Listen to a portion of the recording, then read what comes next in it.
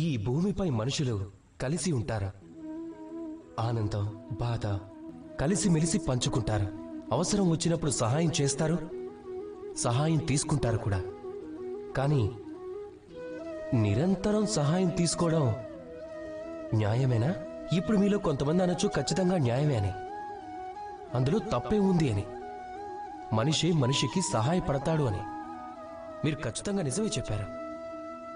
కానీ నిరంతరం సహాయం తీసుకోవటం న్యాయం కానే కాదు.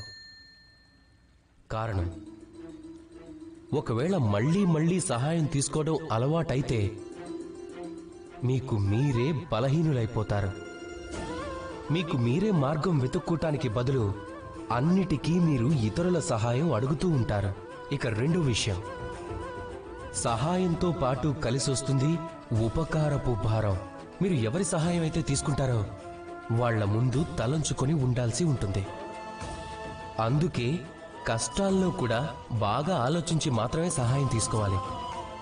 ఎందుకంటే కష్టాలు కొన్ని రోజుల తరువాత తీరిపోతాయి. కానీ ఆ ఉపకారపు రుణభారం ఏదైతే ఉందో అది జీవితాంతం మీ మీదే ఉంటుంది. రాధా కృష్ణ.